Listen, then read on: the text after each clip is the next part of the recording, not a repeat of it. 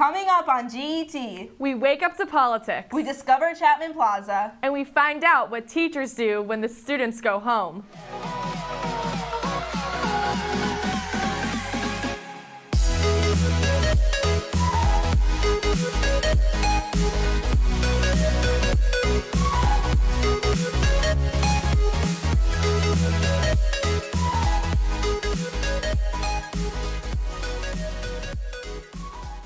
While many of us are glad construction of Chapman Plaza is over, we all still remember the traffic jams it created.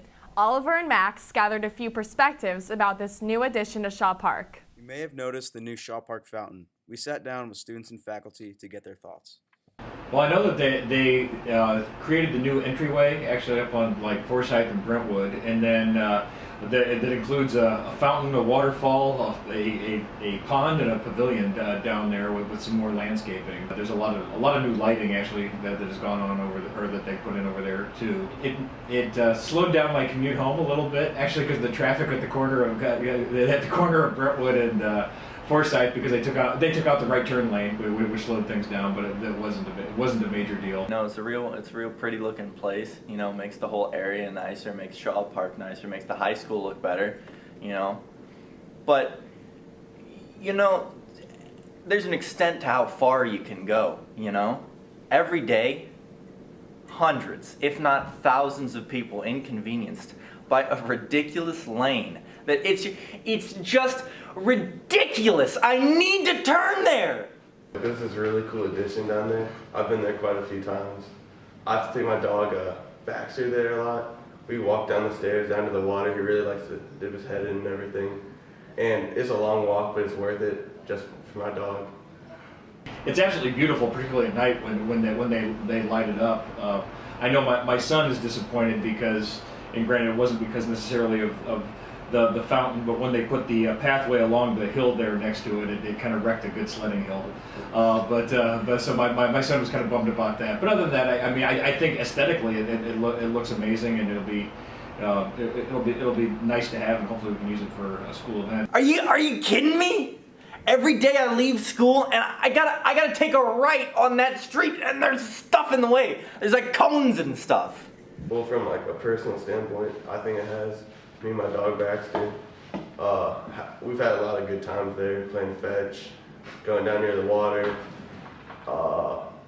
We've just like sat there sometimes and just eat lunch together. But I don't know, I think it's well worth it. Great experiences. This has been Max and Oliver reporting for GET. Many of you subscribe to the Wake Up to Politics newsletter. But did you know that the author of this nationwide newsletter is a high school student from St. Louis? Dylan and Ryan bring us this story of a student making an impact. Ever since he was 7, Gabe Fleischer has been interested in the world of politics. Through his impressive newsletter and a strong following, he has been gaining popularity nationwide. I kind of always like to read and write, and so I'd kind of write like little things about politics and kind of send them to my mom, and she started forwarding them to like more and more people, and so kind of grew from there, and from 1 subscriber to 47,000. So I love Wake Up to Politics. It is entertaining to read. It's interesting. It has all the facts, but it's not dumbed down, and it's easy to understand.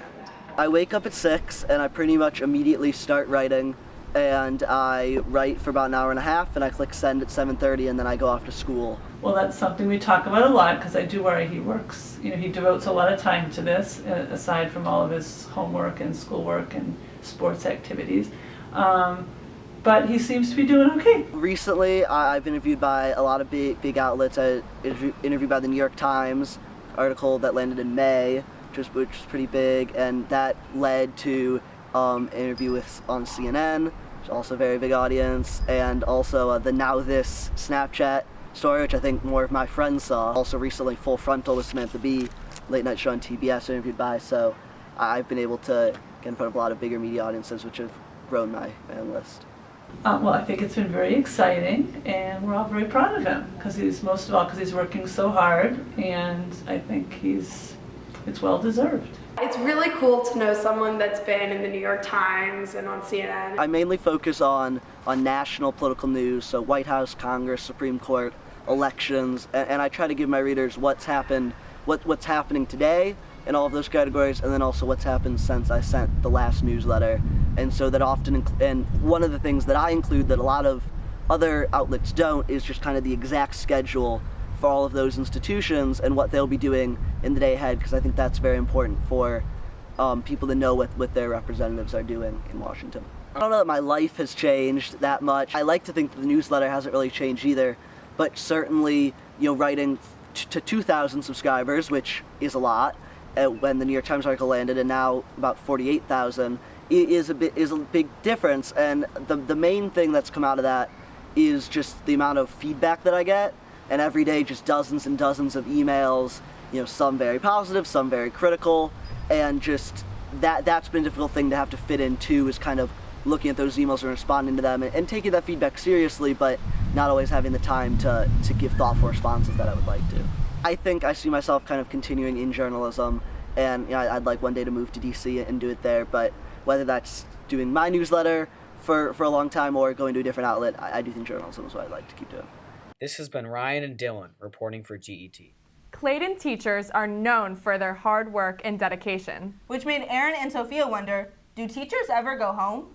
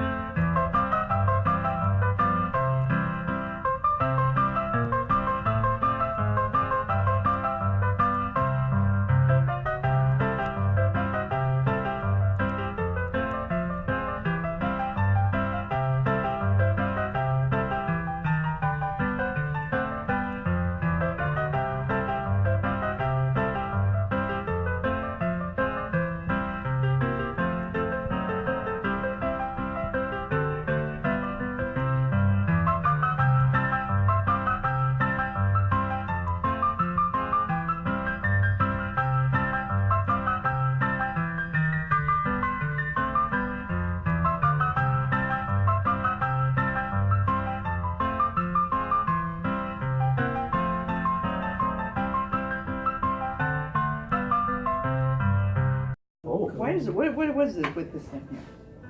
Why does this do this? I don't know why that comes out like that. That is a little devil of a thing, isn't it? Alright, I'm taking off my jacket for this. That's how serious it's getting. I feel like you're right, there's gotta be a lever. There is got to be a little lever to release.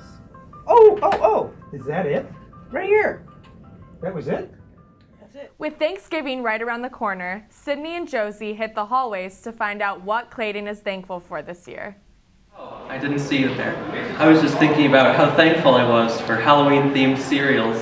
I'm thankful for my brothers who always look after me and watch me. I'm thankful for my family and my friends and that I have a great job and for my health. TV. I'm really thankful for the school system, the public school, because Clayton's a great school. I'm thankful for the food. I am thankful for new experiences and the people in my life that allow me to pursue them. And Starbucks. I'm thankful for my friends and my family. I don't know. Well, of course, I'm thankful for books and over break getting time to read. And my phone. I'm thankful for all the nature that Clayton has and all the wonderful trees that I can climb and look down on the world. Mommy and Daddy. I am thankful for the support of my friends and family to help me do whatever I want to do and push me so that I succeed. I'm just thankful for life.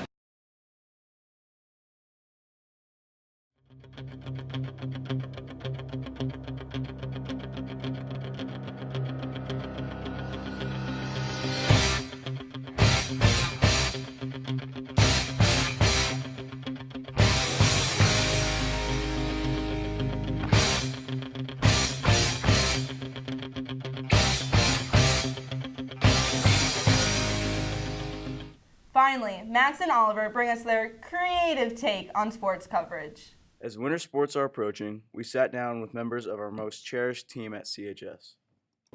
Handball, beautiful sport, invented by the Greeks, you know. Just honestly, you know, who cares about football anymore? You know, Thanksgiving Day, now go outside, play some handball. We got a great coach. We just got like a lot of leadership too. We're trying to create a great environment that like sustains for the future. We got a good playbook going. Coach is really making us execute well when we play like some of the better private school teams around the area. So we can just keep doing like the little things, you know, sweat the little things, the rest will fall into place. That's kind of been my philosophy since I joined the team in preschool. Yeah, I have a lot of respect for the handball captain right here. What's up? Yeah, I've been playing handball for about 18 years now. I've been playing for about 35 years. I mean, and I'm 12 years old, so. I just hate it when people like mess around in practice though. Like people act like handball isn't a real sport, but it just is. Like, how can you not respect handball as a sport? All the athleticism and training it requires. We practice 30 minutes a week. Do you know how much dedication that takes? Yeah, my life really revolves around the sport handball. I just love it. I've tried out for the handball team the last 4 years in a row. This is my 5th year trying. I tried out in middle school because I just thought I was that good, but each year they've told me something different. You know, last year it was I had weak ankles. This year I had skinny wrists. You know, but I gained like maybe 2 pounds in the past 4 years, so I'm thinking that I'm a shoo-in for the team now. You know, that's 2 more pounds of all muscle. About to shred it up on the field. What do I think of Thomas Wagner? That kid, he's been trying out for handball for the last 5 years and he still can't make the team. He's absolutely awful. Yeah, that kid's not that great. Thomas Wagner. We've really been working like our tails off to achieve something great. We just haven't had the proper materials and equipment to do so. This is like our only ball. We just like found it in the closet down in the basement. It's like not even like very inflated enough, so like doesn't do like the job that we need it to do. Team's looking real good this year. I'm really excited. You know, I've been coaching handball for 35, 40 years now, and I will say I've never seen a team this dedicated, this ready to go. You know, I really like our captains. I can't remember any of their names at the moment, but that's okay. They're running the team and they're doing a really good job there. Really just, I think we're really going to end up probably winning state. You know what, you might as well just call us the world champions right now, because I think that's what we're going to do this year. Only concern I have is a number of students keep wanting to be on my team, and they're really passionate about handball, and there's just not enough space for everyone. There's, you know, trying to work with a couple on the fundamentals. Got one kid named Thomas Wagner, and I just make sure that we always reject him because he's terrible. Big thing we got to work on is like reaction times, because he doesn't have it. CHS Handball 2017. Be there or be square. That's what's up. That's what's up. Thanks for watching, CHS. This has been GET, a production of the Greyhound News Network. Have a great weekend, and from all of us at GET, Happy Thanksgiving!